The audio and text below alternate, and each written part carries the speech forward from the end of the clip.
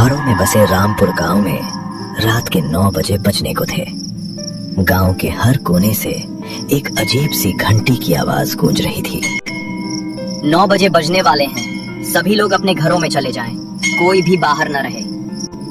सरपंच विक्रम सिंह बोला, सब लोग घर पहुंच गए ना?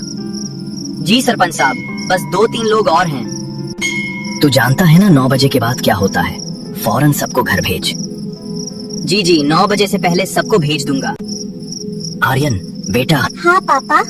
9 बजे बजने वाले हैं, जाकर सारी खिड़कियां बंद करो और दरवाजों पर नमक की लकीर बना दो। पर पापा, ये नमक की लकीर क्यों बनाते हैं हम रोज? बेटा, ये हमारी सुरक्षा के लिए है।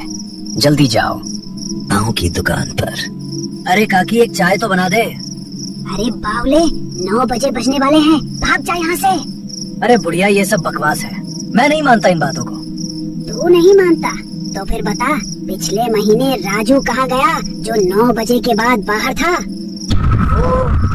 वो शायद शहर चला गया होगा। हाँ जा, अपने घर जा और आज रात नमक की लकीर जरूर बना लेना। पूरे गांव में सन्नाटा छा गया।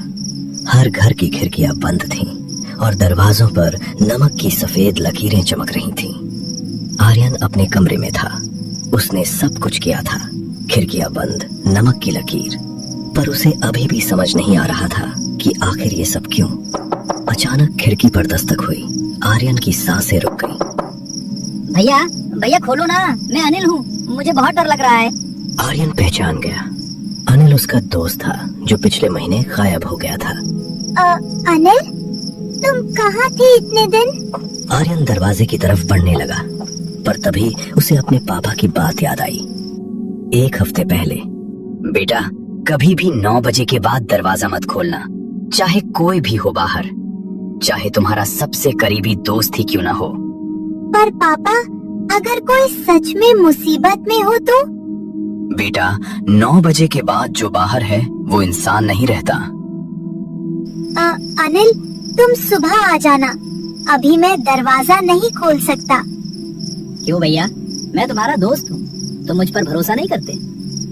नहीं, मतलब सुबह आ जाना प्लीज।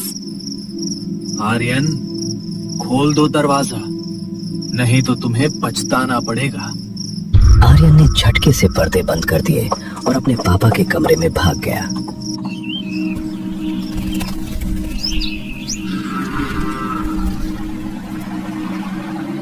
सूरज निकल चुका था।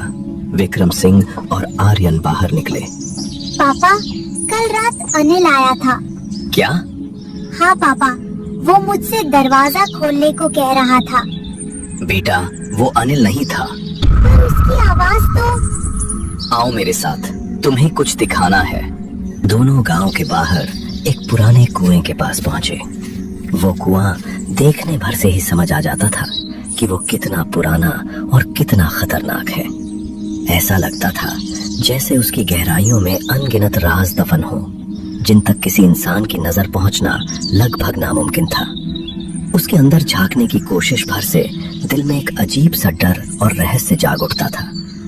ऐसा लगता था मानो अगर कोई सच में उसके भीतर झांक ले तो शायद वो सिर्फ पानी नहीं, बल्कि सदियों से छुपे भयानक सच भी देख ले। बेटा, ये कुआं देख रहे हो?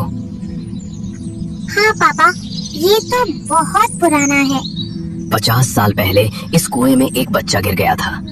उसका नाम था अनिल। क्या?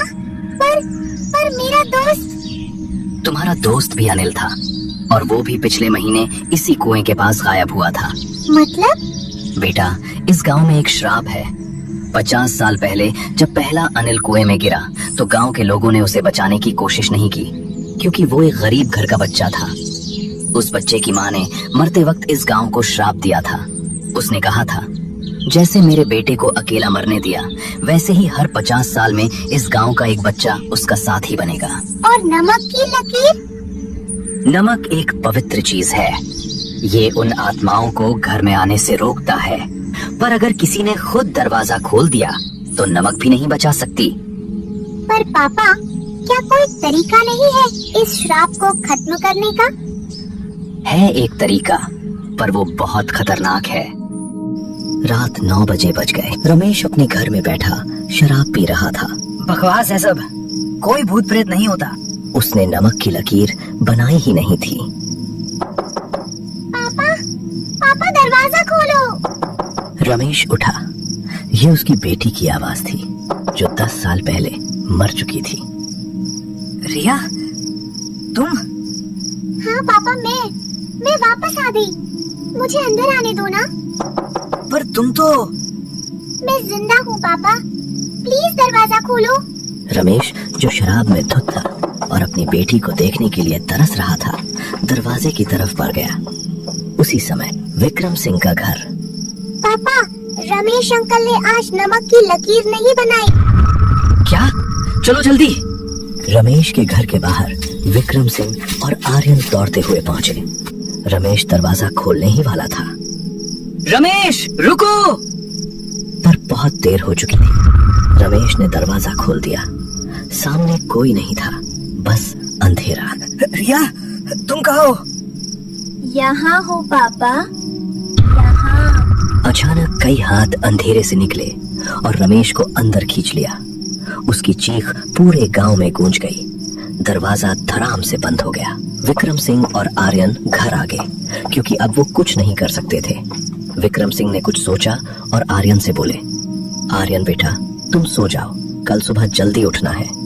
आर्यन कुछ पूछने ही वाला था कि विक्रम सिंह अपने कमरे में चले गए। आर्यन भी अपने कमरे में जाकर सो गया। अगली सुबह रमेश का घर पूरी तरह खाली पड़ा था। ऐसा लग रहा था जैसे वहां कई दिनों से कोई सांस तक न ले रहा हो। दरवाजा आधा खुला था, खिड़कियां हवा में धीमे धीमे चरमराती थीं और अंदर हर चीज पर मोटी धूल जमी थी। सबसे डरावनी बात यह थी कि रमेश भी गायब था, बिल्कुल अनिल की तरह। दोनों ऐसे गायब हुए थे जैसे जमीन निगल गई हो या हवा में घुल गए हो, और किसी को नहीं पता था कि उनके साथ आखिर हुआ क्या था। पापा, अब क्या होगा? बेटा, अब हमें वो काम करना होगा जो मैं नहीं करना चाहता था। क्या काम पापा जो हम नहीं करना चाहते? मुझे कुछ समझ नहीं आया। हमें उस कुएं में उतरना ही होगा, चाहे जितना अंधेरा और खतरनाक क्यों न हो। अनिल को बिना शांति दिए हम पीछे नहीं हट सकते। अगर उसकी आत्मा वहीं फंसी है तो हमें उसे मुक्ति दिलानी होगी। शायद उसी में इस रहस्य का असली जवाब छुपा है। उस रात कुएं के पास विक्रम सिंह, आर्यन और कुछ गांव वाले पुराने कुएं के पास चुपचाप खड़े थे। रात के 8:50 बज रहे थे और आसमान बादलों से घिरा था। थोड़ी थोड़ी हवा चल रही थी जो पेड़ों की पत्तियों को इस तरह हिला रही थी जैसे कोई अदृश्य हाथ उन्हें छू रहा हो। कुएं के आसपास घना अंधेरा फैला था और पूरा माहौल एक डरावनी खामोशी ओढ़े हुए था। सबकी नजरें कुएं की गहराई पर टिक गईं क्योंकि आज कोई रहस्य खुलने वाला था। याद रखना, हमारे पास सिर्फ 10 मिनट हैं। 9 बजे बजने से पहले हमें वापस आना होगा। पापा, मैं आपके साथ चलूंगा। नहीं बेटा, तुम ऊपर रहो। अगर मैं 9 बजे तक वापस ना आऊं तो रस्सी काट देना। कुएं के अंदर विक्रम सिंह धीरे धीरे नीचे उतर रहे थे। कुआं बहुत गहरा था, नीचे सिर्फ अंधेरा था।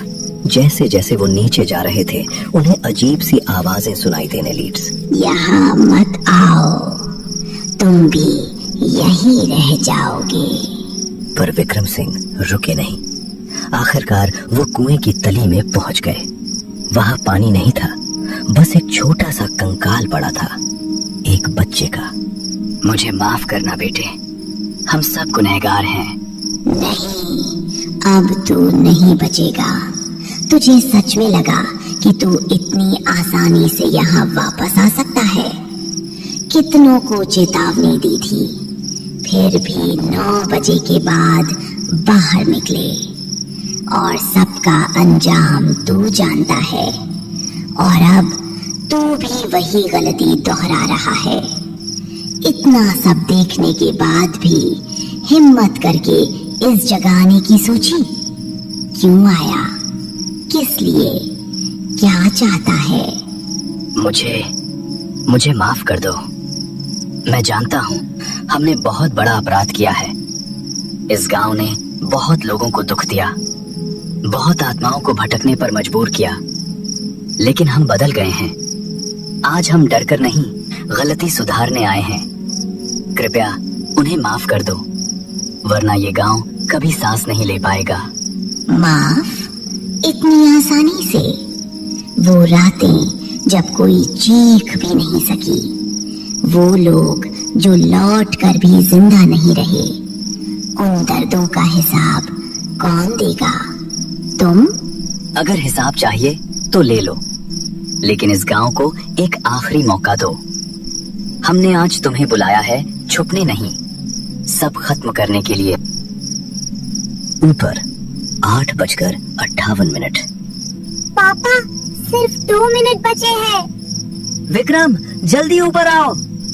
पर कोई जवाब नहीं आया। 8:59। पापा, 1 मिनट, प्लीज ऊपर आ जाओ। तभी रस्सी में हलचल हुई। 9 बजे घंटी बजने लगी। पापा! विक्रम सिंह ऊपर आ गए, बिल्कुल समय पर। उस रात के बाद से गांव में सब कुछ बदल गया। 9 बजे के बाद कोई आवाज नहीं आती थी, कोई दस्तक नहीं होती थी। श्राप टूट गया था। पर एक रात आर्यन अपनी खिड़की से बाहर देख रहा था। तभी उसने दूर से एक छोटे बच्चे को देखा। वो बच्चा मुस्कुरा रहा था और हाथ हिला रहा था। वो पहला अनिल था, पर इस बार वो डरावना नहीं था, वो शांत था। आर्यन ने भी हाथ हिलाया और बच्चा धीरे धीरे अंधेरे में गायब हो गया। कुछ कहानियां खत्म हो जाती हैं, पर कुछ सवाल हमेशा रह जाते हैं। क्या रमेश वापस आया? नहीं। क्या अनिल का दोस्त मिला? नहीं। पर एक बात तय है, कभी कभी हमारे गुनाहों की सजा अगली पीढ़ियों को भुगतनी पड़ती है। और हाँ, अगर कभी रात को कोई आपके दरवाजे पर दस्तक दे तो पहले देख लेना वो कौन है, क्योंकि कभी कभी जो दिखता है वो होता नहीं है। कुछ दरवाजे बंद ही रहने चाहिए, कुछ सवालों के जवाब नहीं जानने चाहिए, और कुछ आवाजों को कभी जवाब नहीं देना चाहिए।